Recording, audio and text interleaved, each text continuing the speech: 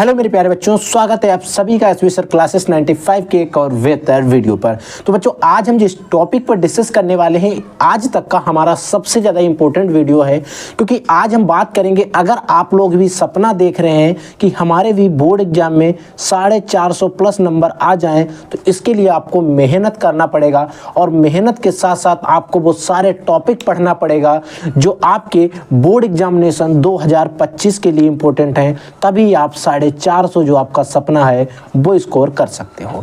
इसके लिए आपको वो सारे टॉपिक पढ़ना है, वो चाहे टॉपिक आपके हिंदी के हों, वो टॉपिक आपके इंग्लिश के हों, वो टॉपिक आपके फिजिक्स के हों, वो आपके केमिस्ट्री के हों, वो आपके बायोलॉजी के हों, किसी भी सब्जेक्ट के कोई भी इंपॉर्टेंट टॉपिक है वो सारे टॉपिक पढ़ना पड़ेगा।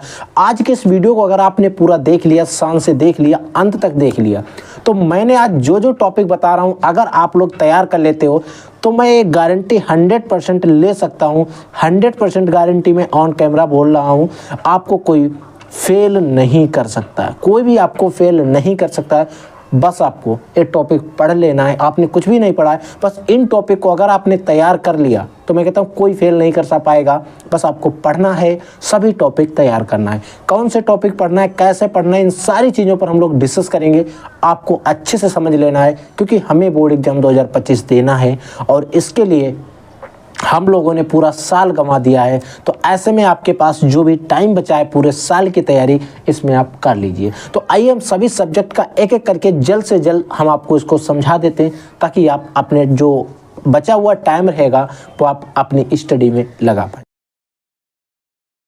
के बारे में देखो, फिजिक्स में हम सबसे पहला हमारा एक टॉपिक आता है जिसको कहते हैं विद्युत आवेश। देखो, विद्युत आवेश क्या होता है इसके बारे में आप अच्छे से पढ़ लेंगे, ठीक है।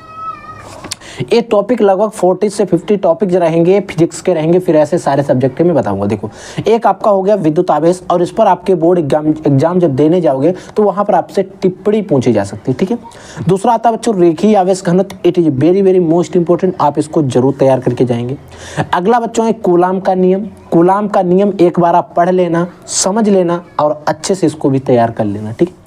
अगला बच्चों है वैद्युत द्विध्रुव आघूर्ण। देखो, वैद्युत द्विध्रुव आघूर्ण क्या होता है, इसकी परिभाषा और इसका एक सूत्र भी आता है, उसको भी आप तैयार कर लेंगे, ठीक है। अगला आता है वैद्युत द्विध्रुव की, कोई भी हमारे पास वैद्युत द्विध्रुव है उसकी अच्छी और निरक्षीय, देखो अच्छी स्थिति में और निरक्षीय स्थिति में वैद्युत क्षेत्र की तीव्रता का व्यंजक आपको प्राप्त करना है। और वैद्युत क्षेत्र की तीव्रता को हम ई से प्रदर्शित करते हैं। और ये पूरे टॉपिक पूरा डेरिवेशन है, और एक क्वेश्चन जब भी बोर्ड एग्जाम में पूछा जाता है तो सीधा सीधा 5 नंबर में पूछा जाता है, ठीक है। अगला बच्चा है गॉस की प्रमेय। देखो, गॉस की प्रमेय भी बोर्ड के पेपर में, मॉडल पेपर में कई बार पूछी गई है, समझ लो। वैद्युत बल रेखाओं के गुण, यानी कि जो वैद्युत बल रेखाएं होती हैं इनके गुण क्या होते हैं, वैद्युत बल रेखाओं के गुण के बारे में आपको पता होना चाहिए, ठीक है। अगला बच्चों है वैद्युत विभव। देखो, वैद्युत विभव क्या होता है, इसकी परिभाषा, इसकी संक्षिप्त टिप्पणी और इसका सूत्र जो इसमें हम डेरिवेशन सिद्ध करते हैं एक तरीके से, उसको भी अच्छे से समझ लेना। और ये जो क्वेश्चन है जब भी पूछा जाता है तो 1 से 2 नंबर में आपसे पूछ लिया जाता है। परावैद्युत पदार्थ, जिसको हम कैसे प्रदर्शित करते हैं समझ लो। समविभव पृष्ठ, देखो समविभव पृष्ठ, इस पर टिप्पणी बोर्ड एग्जाम में काफी ज्यादा पूछी जाती है, तो आप इसको जरूर तैयार करेंगे, ठीक। अगला टॉपिक है वैद्युत द्विध्रुव के कारण अच्छी स्थिति में। देखो, वैद्युत द्विध्रुव के कारण अच्छी स्थिति में किसी भी बिंदु पर वैद्युत विभव के सूत्र का निगमन करना है। इसमें आपको वैद्युत विभव का सूत्र का निगमन करना है सिर्फ अच्छी स्थिति में, निरक्षीय स्थिति इसमें कम पूछी जाती है। और जो ए है वैद्युत द्विध्रुव की क्षेत्र की तीव्रता निकालनी, यहाँ पर E = है और यहाँ पर वैद्युत विभव यानी कि V = इनको आप तैयार करेंगे, ठीक है। अगला टॉपिक देखिए, अगला बच्चा टॉपिक है विभव प्रवणता। विभव प्रवणता क्या होती है, संधारित्रों का श्रेणी क्रम, संधारित्रों का समांतर क्रम, ओम का नियम। देखो, संधारित्रों का श्रेणी क्रम, समांतर क्रम, इनके आपको डेरिवेशन भी तैयार करना है और इनके जो सूत्र आते हैं उन पर न्यूमेरिकल भी आपको बोर्ड के पेपर में देखने को मिलेंगे। फिर बच्चों आता है किरचॉफ का नियम। एक किरचॉफ का नियम है, इसे भी आप अच्छे से तैयार करेंगे। अनुगमन वेग क्या होता है, अब विभव मापी। देखो, होता क्या है, विभव मापी पे डायरेक्टली क्वेश्चन आपसे बोर्ड एग्जाम में चाहे कम पूछे जाएं, लेकिन इससे कनेक्टेड टॉपिक कई बार बोर्ड के पेपर में पूछा जा चुका है, तो इसीलिए आप विभव मापी को भी अच्छे से तैयार कर लेंगे, ठीक। अगला है बच्चों धारा घनत्व। धारा घनत्व पर टिप्पणी कीजिए, क्या होता है समझ लेना। व्हिटस्टाइन सेतु का सिद्धांत, जो आपका व्हीटस्टोन सेतु है इसका सिद्धांत। और बच्चों अगर आपको इन सभी के सॉल्यूशन भी चाहिए कि इनका सर आप हमें हल बता दो, हम नहीं हल ढूंढ पा रहे हैं, तो आप वीडियो के कमेंट सेक्शन में कमेंट कर देना और चैनल को सब्सक्राइब करके बेल के आइकन के ऑल पर क्लिक कर लेना, ताकि जब भी हम इसका सॉल्यूशन अपलोड करें आपको वीडियो सबसे पहले मिल जाए। ठीक। अगला बच्चों आता है चुंबकीय क्षेत्र। चुंबकीय क्षेत्र क्या होता है? चुंबक के चारों ओर का क्षेत्र चुंबकीय क्षेत्र। लॉरेंज बल क्या होता है? बायो-सैवर्ट का नियम, वेरी वेरी इंपॉर्टेंट। एम्पियर का परिपथीय नियम, it is very very most important. Curie का नियम हो गया आपका, गैल्वेनोमीटर हो गया और आपका चुंबकीय फ्लक्स हो गया। ये टॉपिक हो गए। अगला टॉपिक देखो बच्चों, अगला हमारा टॉपिक है कि स्वपरिणन गुणांक। देखो स्वपरिणन गुणांक होता क्या है? भ्रमण धाराएं हो गई, फैराडे के नियम हो गया, लेंज का नियम हो गया, ट्रांसफार्मर हो गया, सूक्ष्म तरंगे हो गई, पराबैंगनी तरंगे हो गई, एक्स किरणें हो गई। इन पर क्या होता है बोर्ड के पेपर में? ट्रांसफार्मर जब भी आपसे पूछा जाता है तो लगभग 5 नंबर में और कम से कम 3 नंबर में पूछा जाता है। देखो सूक्ष्म तरंगे, पराबैंगनी तरंगे, एक्स किरणें, इन पर आपके बोर्ड के पेपर में इनके उपयोग या इनकी परिभाषा यानी कि इन पर टिप्पणी पूछ ली जाती है। इनके ज़्यादातर टिप्पणी चाहे कम आए लेकिन इनके उपयोग जो है बोर्ड के पेपर में हमसे पूछ लिए जाते हैं। फिर बच्चों आता है मैक्सवेल का विद्युत चुंबकीय तरंग सिद्धांत क्या है? इसके बारे में आप अच्छे से पता होना चाहिए। लेंस की फोकस दूरी, साथ साथ आप ये भी तैयार कर लेंगे कि लेंस की फोकस दूरी किन बातों पर निर्भर करती है। ठीक है। फिर बच्चों आती है समंजन क्षमता, हमारे जो आंख की समंजन क्षमता होती है उसके बारे में। खगोलीय दूरदर्शी हो गया, खगोलीय सूक्ष्मदर्शी हो गया। संपर्क में रखे 2 पतले लेंस हैं तो उनकी संयुक्त फोकस दूरी का जो हमें सूत्र निकालना होता है वो हमें सही से तैयार कर लेना है। फिर हमें तैयार करना है एक प्रकाश के व्यतिकरण, कहाँ पर संपोषी व्यतिकरण होता है, कहाँ पर विनाशी व्यतिकरण होता है, इन सभी को आप तैयार कर लेंगे। ठीक है, समझ में आ गया। अगला देखो बच्चों, अगला बच्चों हमारा टॉपिक है और एक टॉपिक सबसे ज़्यादा इंपॉर्टेंट भी है कि हाइगेंस का द्वितीयक तरंगिकाओं का सिद्धांत समझाइए। यानी कि हाइगेंस ने एक द्वितीयक तरंगिकाओं का सिद्धांत दिया था, उसको समझाना है तथा इसके आधार पर प्रकाश के परावर्तन एवं अपवर्तन की व्याख्या भी करना है। यानी इसी के आधार पर प्रकाश का परावर्तन और अपवर्तन की व्याख्या भी हमें करनी है। ठीक है। यंग के द्विस्लिट प्रयोग हो गया, प्रकाश विद्युत उत्सर्जन के नियम हो गए, एक फोटोन हो गया, द्वि ब्रोगली तरंगे हो गई, बोहर की परिकल्पना तथा इसकी कमियां, यानी कि बोहर की परिकल्पना क्या थी और इनकी कमियां क्या थी। ठीक है। रदरफोर्ड का अल्फा कण प्रकीर्णन प्रयोग हो गया और प्रकाश विद्युत उत्सर्जन से संबंधित में आइंस्टीन का एक समीकरण था, उसको भी आप तैयार कर लेना, सिद्ध कर लेना। और आइंस्टीन का जो समीकरण आता है प्रकाश विद्युत उत्सर्जन से संबंधित वाला, आप पेपर उठा के देख लेना, मॉडल पेपर, अनसॉल्व पेपर उठा के देख लेना। एक क्वेश्चन, एक टॉपिक भी बोर्ड के पेपर में कई बार पूछा जा चुका है, इस चीज़ को आप याद रखें। ठीक है बच्चों। अब हम बात कर लेते हैं हमारा जो अगला टॉपिक है। अगला बच्चों हमारा जो सब्जेक्ट है इस पर हम बात करेंगे, ये सब्जेक्ट है हमारा बायोलॉजी का। देखो बायोलॉजी में भी कुछ इंपॉर्टेंट चैप्टर हैं और उन चैप्टर्स के अंदर कुछ हमारे इंपॉर्टेंट टॉपिक हैं, उनको हमें पढ़ना रहता है। देखो आपका एक चैप्टर है पुष्पीय पादपों में लैंगिकजन यानी sexual reproduction in flowering plant. इसमें के जो इंपॉर्टेंट टॉपिक हैं इनको समझ लो। एक आपका यहाँ का सबसे ज़्यादा जो इंपॉर्टेंट टॉपिक है पुष्प की संरचना, स्ट्रक्चर ऑफ फ्लावर। इसके बाह्य दल क्या होते हैं, दल क्या होते हैं, बाह्य दल की जो इकाई होती नहीं, बाह्य दलों का जो समूह होता है उसे बाह्य दलपुंज कहते हैं। जो दलों का इकाई समूह होता है उसे दलपुंज कहते हैं। कैलिक्स, कोरोला वगैरह आपने सब पढ़ा होगा। और आपको जयांग के बारे में पढ़ लेना है, पुमंग के बारे में पढ़ लेना है। पूरा फ्लावर जब आप पढ़ेंगे तो आपको सारी चीज़ें मिल जाएंगी। एक आता है गुरु बीजाणुधानी और एक आता है लघु बीजाणुधानी। देखो लघु बीजाणुधानी में लघु बीजाणुओं का निर्माण होता है और गुरु बीजाणुधानी में गुरु बीजाणुओं का निर्माण होता है। ठीक है। कभी कभी लघु बीजाणुधानी या गुरु बीजाणुधानी की अनुप्रस्थ काट बोर्ड के पेपर में पूछ लेता है और ज़्यादातर पूछा जाता है जो लघु बीजाणुधानी की अनुप्रस्थ काट। ठीक है। अगला बच्चों आता है परागण क्या होता है। ये परागकण नहीं है, परागण यानी कि एक पुष्प के परागकण परागकोश से निकलकर वर्तिकाग्र पर पहुंचने की जो क्रिया होती है उसे परागण कहते हैं। फिर बच्चों आता है परागकण, परागकण जिसको हम पोलन ग्रेन कहते हैं। पोलन ग्रेन के बारे में भी आपको अच्छे से पढ़ लेना है। फिर पढ़ लेना है भ्रूणपोष का विकास। और भ्रूणपोष आपको पता है त्रिगुणित संरचना होती है जिसका निर्माण जो द्वितीय नरयुग्मक होता है, ठीक है, और द्विध्रुवीय केंद्रक के समेकन से होता है। फिर आपको पढ़ लेना है फल, फ्रूट क्या होता है, फिर आपको पढ़ लेना है डबल फर्टिलाइजेशन, दोहरा निषेचन, जिसकी खोज नवासी ने सन 1891 ईस्वी में की थी। याद रख लेना, ये टॉपिक भी काफ़ी ज़्यादा इंपॉर्टेंट है, वही टॉपिक लिए गए। फिर बच्चों आता है आपका अगला चैप्टर ह्यूमन रिप्रोडक्शन, मानव जनन। इसमें आपको पढ़ना है नर जनन तंत्र के बारे में, मादा जनन तंत्र के बारे में, शुक्र जनन की प्रक्रिया क्या होती है, अंड जनन की यानी कि स्पर्मेटोजेनेसिस, oogenesis, ठीक है, आर्तव चक्र, रजोदर्शन, मासिक चक्र और बाह्य भ्रूण कलाएं। इन सभी टॉपिक को मानव जनन के अंदर 6 टॉपिक आप पढ़ लेते हैं तो आपको मानव जनन में आपको टेंशन नहीं लेना, ठीक है, समझ में आ गया। अब बच्चों हमारा जो अगला चैप्टर है वो चैप्टर आता है जनन स्वास्थ्य। जनन स्वास्थ्य चैप्टर की अगर हम बात करें तो इसमें हमें जो टॉपिक पढ़ना है उसमें हमें पहला टॉपिक पढ़ लेना है जनसंख्या विस्फोट, जनसंख्या विस्फोट के कारण तथा निवारण, ठीक है। फिर आपको पढ़ लेना पुरुष नसबंदी जिसको हम वैसेक्टोमी कहते हैं, मादा नसबंदी जिसे हम टीवेक्टोमी कहते हैं। फिर एक टॉपिक आता है सगर्भता का चिकित्सीय समापन, और बोर्ड के पेपर में डायरेक्टली एमटीपी पर टिप्पणी कीजिए ऐसा लिखकर आ जाता है। एमटीपी का फुल फॉर्म होता है मेडिकल ट्रांसमिनेशन ऑफ प्रेगनेंसी, याद रख लेना। जैसे बच्चों ZIFT zygote intrafallopian transfer, GIFT gamete intrafallopian transfer, AIT ICSI IUD IVF, जैसे IUD जो है intrauterine device, IVF in vitro fertilisation. तो ये जो टॉपिक है जो आपके फुल फॉर्म है, इनके फुल फॉर्म पढ़ लेना और इनके बारे में पढ़ लेना, ठीक है बच्चों।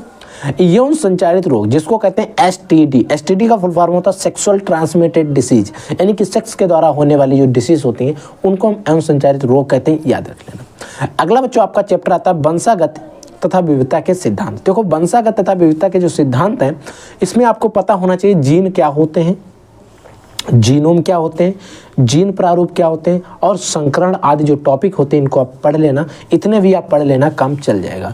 फिर आपको पढ़ लेना है मेंडल के नियम। देखो बच्चों मेंडल के 3 नियम हैं, लेकिन उनमें से 2 और दूसरा हम तो कहेंगे आप तीनों पढ़ लेना। पहला नियम जिसे हम प्रभाविता का नियम कहते हैं, और दूसरा नियम जिसे हम पृथक्करण का नियम कहते हैं, और तीसरा नियम जो है शायद उसे स्वतंत्र अभिवन का नियम कहते हैं, ठीक है। लिंग निर्धारण, देखो लिंग निर्धारण आपको किसने, मनुष्य में लिंग निर्धारण कैसे करते हैं, पक्षियों में लिंग निर्धारण हम कैसे करते हैं। ये 2 लिंग निर्धारण तो आपको जरूर पढ़ लेना। अगर टाइम बचता है तो आप मधुमक्खियों में लिंग निर्धारण भी आप पढ़ सकते हैं, ठीक है। फिर बच्चों आते हैं आनुवांशिक विकार यानी कि आनुवांशिक रोगों के बारे में, ठीक है। गुणसूत्र पढ़ लेना है, गुणसूत्र की कमी से होने वाले विकार। आपको ब्लड ग्रुप यानी कि रक्त समूह भी पढ़ लेना, ठीक है।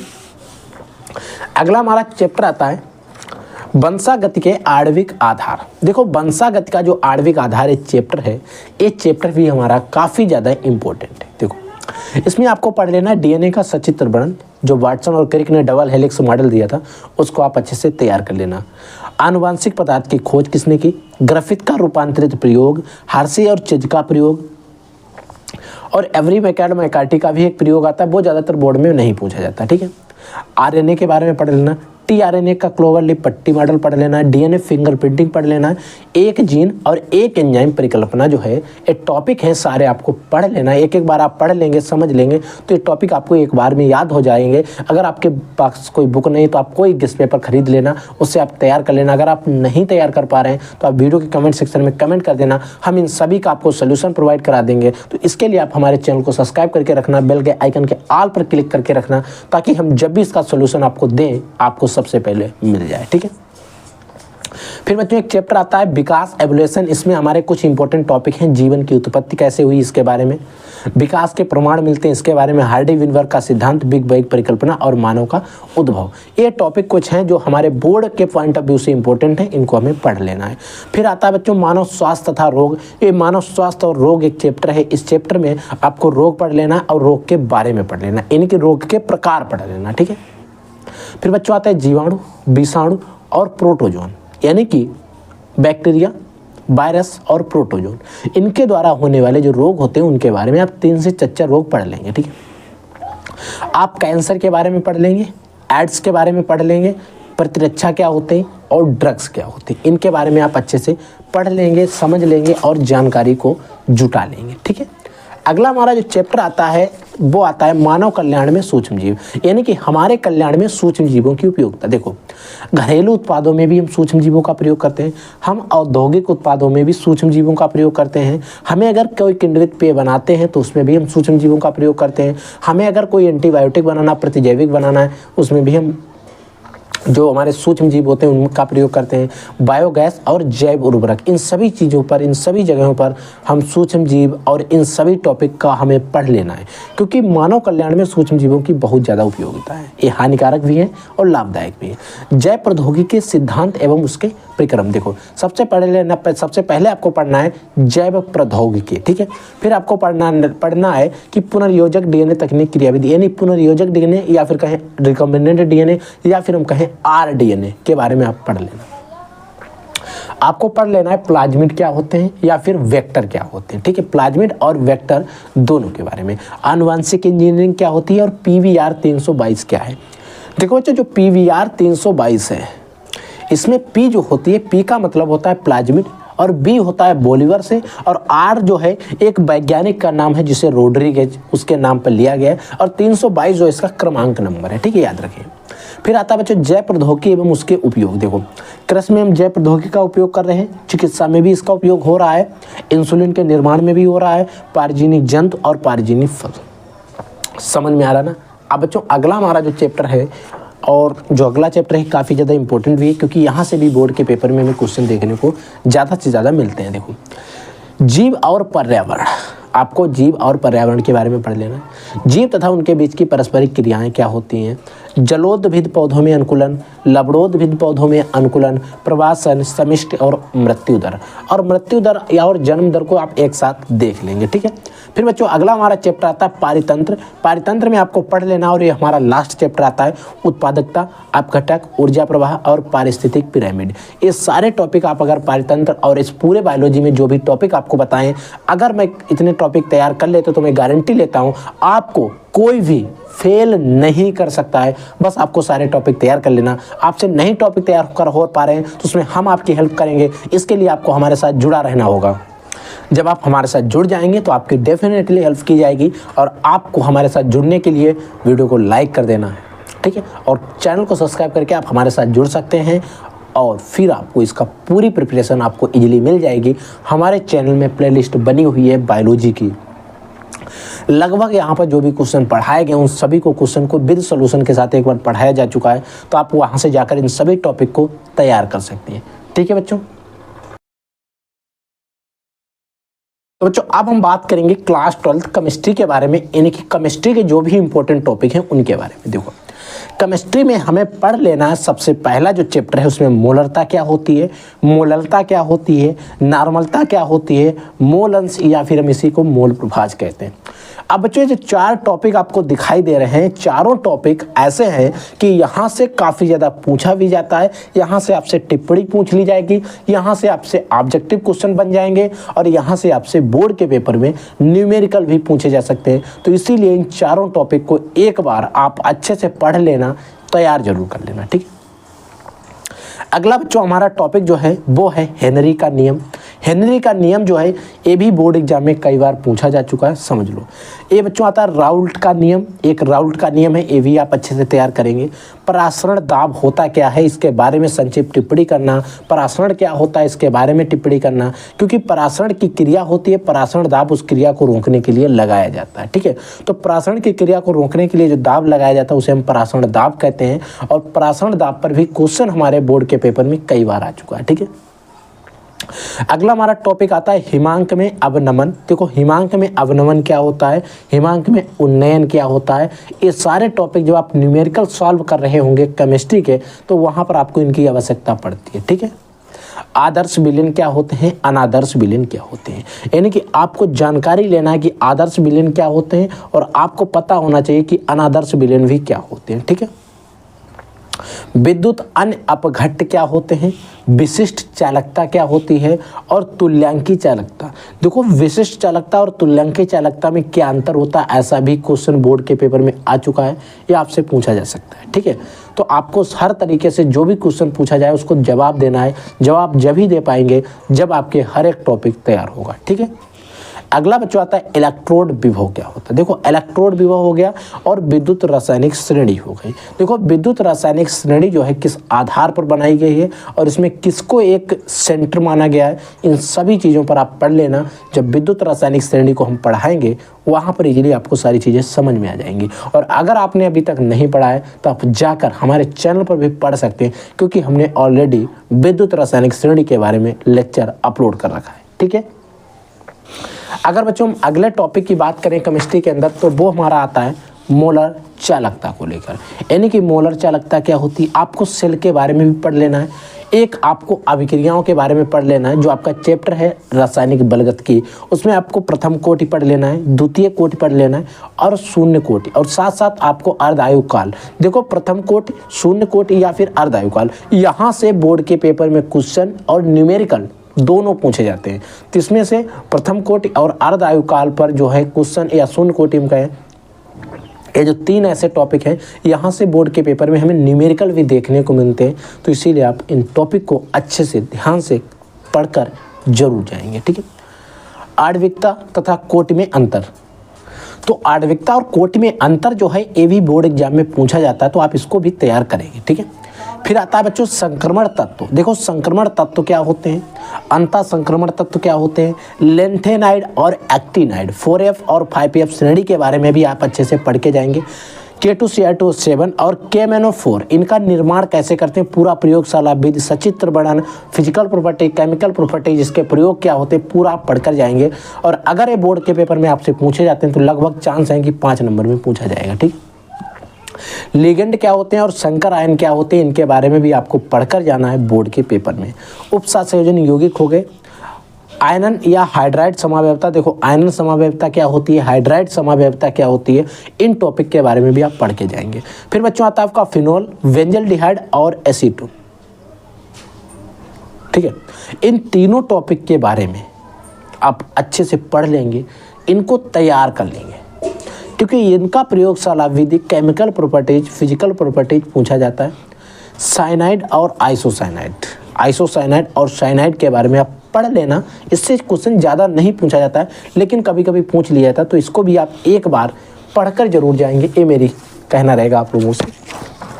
अगला है बच्चों H2SO4 और क्लोरोफार्म। ठीक है, H2SO4 हो गया और क्लोरोफार्म हो गया, यहाँ से भी क्वेश्चन जो है हमारे बोर्ड के पेपर में पूछे जा रहे हैं, तो इसको भी आप अच्छे से तैयार कर लेंगे, पढ़ लेंगे, समझ लेंगे, उसी के बाद आप बोर्ड एग्जाम देने जाएंगे। ठीक है, फिर बच्चों आता है 1 डिग्री, 2 डिग्री और 3 डिग्री, प्राथमिक, द्वितीयक, तृतीयक, अल्कोहल और इनके परीक्षण आप अच्छे से पढ़कर बोर्ड के पेपर में जाएं। ठीक है, फिर बच्चों आता है हेलोएरिन क्या होते हैं, हेलो एल्केन क्या होते हैं, इनके बारे में आप अच्छे से पढ़ लेना और तभी आप एग्जाम दे लेना। प्राथमिक, द्वितीयक और तृतीयक, जो आपके एमीन होते हैं NH2 वाले, उनको भी आप अच्छे से पढ़ लेना। इनका हम परीक्षण कैसे करते हैं, प्राथमिक और द्वितीयक एमीन में विभेद कैसे कर सकते हैं, इन सभी चीज़ों के बारे में आप पढ़ लेना एक बार। ठीक है, कार्बोहाइड्रेट क्या होते हैं, पेप्टाइड बंध क्या होते हैं, कोडॉन क्या होते हैं, DNA और RNA, इन सभी टॉपिक के जो क्वेश्चन है, आपका जो एक चैप्टर है बायोमोलिक्यूल, जैव अणु, वहाँ से आते हैं। और एक क्वेश्चन, एक टॉपिक ज़्यादातर बोर्ड के पेपर में पूछा जाता है, और यहाँ से लगभग कोई ना कोई हर साल क्वेश्चन जरूर पूछा जाता है, तो आप इसको भी पढ़कर जाएंगे। फिर बच्चों आता है संयोजकता आवन सिद्धांत यानी कि BVT, IUPAC, आपके जो भी IUPAC हैं उनको आप पढ़ लेंगे। सेटजफ का नियम, मार्कोनी काफ का नियम। ठीक है, अब बच्चों हमारा जो 44 नंबर एक टॉपिक आता है नेम रिएक्शंस, क्या होता है जब, कैसे प्राप्त करेंगे, और आपका न्यूमेरिकल। देखो ये 4 टॉपिक ऐसे हैं, इनको हम एक साथ कवर अप करेंगे विद सॉल्यूशन। पूरी बुक के इंपॉर्टेंट नेम रिएक्शंस को हम लोग एक बार पढ़ लेंगे, इंपॉर्टेंट क्या होता है जब और कैसे प्राप्त करेंगे, इन टॉपिक को पढ़ लेंगे, न्यूमेरिकल को पढ़ लेंगे। क्योंकि बच्चों न्यूमेरिकल जो है और कैसे प्राप्त करेंगे, क्या होता है जब नेम रिएक्शंस, ऐसे नंबर होते हैं यहाँ से कि ये क्वेश्चन हर साल आते हैं यहाँ से, और हमें इजिली नंबर दिलवा के जाते हैं। हम रिएक्शंस को आपको ट्रिक के साथ पढ़ाने वाले, तो आप हमारे साथ जुड़े रहिए। हम सभी रिएक्शंस को, सभी क्वेश्चंस को अच्छे से सॉल्व करवाएंगे, ताकि आप बोर्ड एग्जाम को अच्छे से दे पाएं। ठीक है बच्चों, अगला बच्चों जो हमारा सब्जेक्ट है वो है हिंदी, और हिंदी में भी है बच्चों हमारी सामान्य हिंदी, जो जनरल हिंदी जिसको कहते हैं, जो बच्चों को, हमें साइंस के बच्चों को पढ़ने की दी जाती है। देखो जब आप पेपर देने जाएंगे तो वहां पर एक पेपर आएगा जो उसमें एक प्रश्न नंबर 1 होगा, प्रश्न नंबर 2 होगा। इन प्रश्न नंबर 1 और प्रश्न नंबर 2 में मिला के 10 क्वेश्चन रहेंगे और उन 10 क्वेश्चन के एक एक 4 विकल्प दिए जाएंगे। उनमें से कोई एक विकल्प सही होगा और यहाँ पर जो रचनाएं या फिर जो क्वेश्चन आते हैं, जो आपका पहला क्वेश्चन रहेगा उसमें 5 क्वेश्चन रहेंगे, उसमें गद्य खंड से आएंगे, और जो दूसरा क्वेश्चन रहेगा जो पद्य खंड से आएगा उसमें भी 5 क्वेश्चन रहेंगे। इन रिएक्शंस को कैसे तैयार करना है इनका वीडियो मैं अलग से लाऊंगा और उसमें मैं आपको लगभग 100 से 150 रिएक्शन जो आपकी रचनाएं होती हैं, क्वेश्चन होते हैं, उनकी मैं एक साथ प्रैक्टिस करवा दूंगा। तो ये जो प्रश्न नंबर 1 और प्रश्न नंबर 2 है आपका बिल्कुल क्लियर हो जाएगा। ठीक है, फिर बच्चों बात आती है कि प्रश्न नंबर 3 जिसमें हमें गद्यांश आते हैं और बच्चों को सबसे ज़्यादा कन्फ्यूजन होता है कि सर हम किन किन चैप्टर को पढ़ें ताकि हमें गद्यांश जो है उसको हम इजीली पहचान पाएँ। तो मैं कहता हूँ आप सिर्फ 3 चैप्टर को पढ़ लेना, आपका गद्यांश आपका पढ़ा हुआ ही आएगा। एक आपका राष्ट्र का स्वरूप हो गया, अशोक के फूल हो गए, हम और हमारा आदर्श जो कि एपीजे अब्दुल कलाम का है, और इन तीनों को आप अच्छे से अगर पढ़ लेते हैं तो आपको गद्यांश 100% चांस है कि आपको पढ़ा हुआ ही मिलेगा। एक बार आप किसी भी मॉडल पेपर को, किसी भी क्वेश्चन पेपर को उठा के देख लेना, इन 3 चैप्टर से ही कोई ना कोई यहाँ पर आपको जरूर मिल जाएगा। ठीक है, फिर बच्चों आता है प्रश्न नंबर 4 जो कि आता है पद्यांश को लेकर। पद्यांश में आपको 3 चैप्टर में रिकमेंड कर रहा हूँ। एक आपका पवन दूत का, एक गीत हो गया, एक अभिनव मनुष्य हो गया।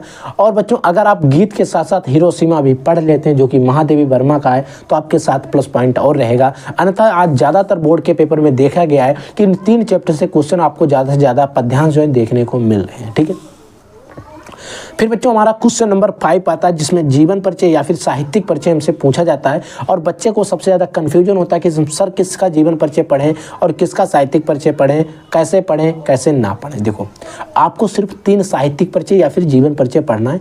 डॉक्टर हजारी प्रसाद द्विवेदी, वासुदेव शरण अग्रवाल और प्रोफेसर जी सुंदर रेड्डी। आप इन तीनों का पढ़कर बोर्ड एग्जाम में जाना, आपको 100% वहाँ पर फंस जाएगा। ये प्रश्न पत्र क्वेश्चन नंबर 5 जो होता है उसमें का खंड में आता है, वहीं पर क्वेश्चन नंबर 5 के अंदर जो खा खंड आता है उसमें भी जो जीवन परिचय या फिर साहित्यिक परिचय पूछे जाते हैं, कवियों के पूछे जाते हैं, और जो आपका का खंड होता है इसमें आपको लेखक के पूछे जाते हैं। कवियों में आपको मैं 3 बता रहा हूँ, जयशंकर प्रसाद, मैथिली शरण गुप्त, महादेवी वर्मा और आज्ञा जी का। आप इनको तैयार कर लेना। आपका पद्यांश का जो जीवन परिचय आता है 100% आपको फंस जाएगा, ये मेरी गारंटी है। ठीक है, फिर बच्चों एक कहानी आती है, हमें लिखना होता है, इसका सारांश पूछ लिया जाता है, इसके बारे में पूछ लिया जाता है। तो इसमें मैं आपको 2 कहानी बता रहा हूँ, कोई एक आप तैयार कर लेना, आपको फंस जाएगी। चाहे ध्रुव यात्रा, चाहे आप पंचलाइट तैयार कर लेना। ठीक है, समझ में आ गया। फिर बच्चों आता है खंड काव्य, और खंड काव्य क्या होता है, कई जिलों का अलग अलग होता है। तो आप लोगों को अपने हिसाब से खंड काव्य पढ़ लेना है, और अगर आप नहीं पढ़ पा रहे हैं तो आप अपने ज़िले का नाम जो है हमारे वीडियो के कमेंट सेक्शन में कमेंट कर देना, हम आपको बता देंगे आपको कौन सा पढ़ना है और कैसे पढ़ना है। ठीक है, फिर बच्चों यहीं से हमारा खंड खा स्टार्टिंग हो जाता है। खंड खा में क्या होता है, मोस्टली व्याकरण और आपकी संस्कृत आती है। इसमें हमें सबसे पहला क्वेश्चन जो है वो संस्कृत का ही देखने को मिलता है।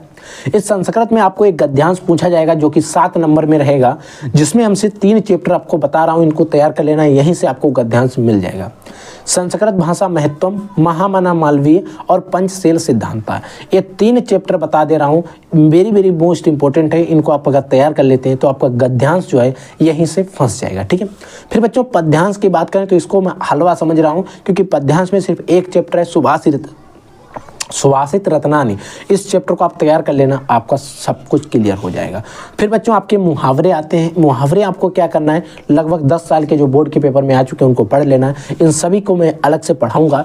एक आपका गद्यांश आता है जो कि न्यू आता है, जो क्वेश्चन नंबर 10 रहता है, इसमें आता है। वहीं पर बच्चों हमारा अगला क्वेश्चन आता है क्वेश्चन नंबर 11, क्वेश्चन नंबर 11, जिसमें हमारा का खंड होता है, शब्द युग्म का सही अर्थ लिखो। इसको भी हम समझाएंगे, अच्छे से पढ़ाएंगे आपको। फिर इसी क्वेश्चन नंबर 11 में खा खंड आता है, एक शब्द के 2 सही अर्थ लिखिए। फिर आता है गा खंड, निम्नलिखित वाक्यांशों के लिए किसी एक शब्द का चयन करके आप लिखिए, 2 वाक्यांशों को शुद्ध करके लिखिए।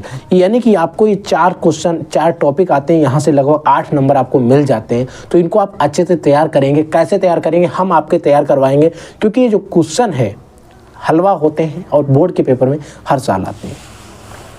वहीं पर बच्चों क्वेश्चन नंबर 12 जहाँ से व्याकरण के बारे में पूछा जाता है, इसमें आपको रस पढ़ना है, छंद पढ़ना है और अलंकार पढ़ना है। रस आपको मैं 3 बता रहा हूँ, इन 3 रस को पढ़ लेना, आपके बोर्ड के पेपर में फंस जाएंगे, 100% गारंटी है। एक श्रृंगार रस हो गया, करुण रस हो गया और आपका वीर रस हो गया। छंद में अगर हम बात करें तो दोहा, सोरठा और रोला हो गया, ठीक है। अलंकार की बात करें तो एमक अलंकार, रूपक अलंकार और उत्प्रेक्षा अलंकार, क्योंकि चांसेस सबसे ज़्यादा रहते हैं कि यहीं से आपको बोर्ड के पेपर में भी फंस जाएगा। और आज तक हमने जो भी बोर्ड के पेपर या फिर मॉडल पेपर देखे हैं उनमें यहीं से आया भी हुआ है, ठीक है। फिर बच्चों आपका पत्र लेखन जो कि इम्पोर्टेंट है और बच्चों को सबसे ज़्यादा दिक्कत भी होती है, तो पत्र लेखन को कैसे तैयार कर लेना समझ लो। आपको मैं 3 पत्र बता दे रहा हूँ, 3 तरीके से पत्र आते हैं और बोर्ड के पेपर में यहीं से बार बार पूछे भी जा रहे हैं। विद्यालय में अनुशासन व्यवस्था बनाए रखने के लिए आप प्रधानाचार्य को एक पत्र लिखना, कैसे लिखते हैं उसको समझ लेना।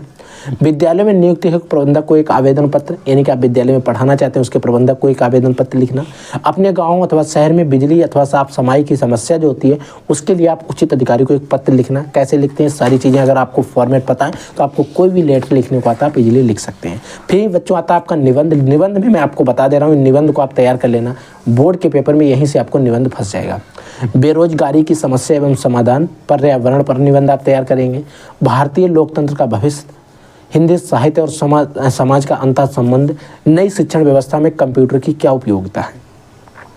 इन टॉपिक को अगर आप तैयार कर लेते हैं तो आपको कोई टेंशन नहीं लेना है। आपके हर एक क्वेश्चन, हर एक टॉपिक आपको बोर्ड के पेपर में पढ़ा हुआ फंसेगा। अब बच्चों हमारे 4 सब्जेक्ट इजीली क्लियर हो चुके हैं। अब हमारा सिर्फ एक सब्जेक्ट बच रहा है, वो बच रहा है बच्चों आपका इंग्लिश का। इंग्लिश के बारे में बच्चों अभी उसको जो नोट्स हैं उसको प्रॉपर तैयार नहीं हो पाए हैं।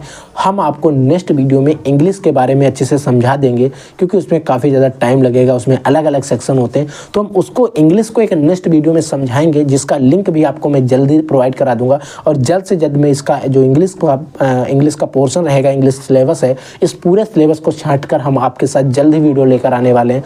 इसके लिए आप हमारे साथ जुड़े रहिए, चैनल को सब्सक्राइब करके रखिए, बेल के आइकन के ऑल पर क्लिक करके रखिए, ताकि हम जब भी वीडियो अपलोड करें इंग्लिश का, और आज से कल में आपको इंग्लिश का वीडियो मिल जाएगा, तो आपको टेंशन नहीं लेना, जल्द से जल्द आपको देने का प्रयास करेंगे, ताकि आपको अपनी तैयारी में एकदम बेहतरीन तरीके से जुटा पाएँ। ठीक है बच्चों, तो आप लोग पढ़ते रहिए, आगे बढ़ते रहिए। अगर आपके मन में कोई डाउट है, कोई भी क्वेश्चन है, तो आप हमसे पूछते रहिए। हमारे व्हाट्सएप चैनल के साथ ज्वाइन हो जाइए, हम आपको व्हाट्सएप चैनल का लिंक भी वीडियो के डिस्क्रिप्शन बॉक्स में प्रोवाइड करा देंगे। ठीक है बच्चों, तो I will take in next class. तब तक के लिए जय हिंद, वंदे मातरम।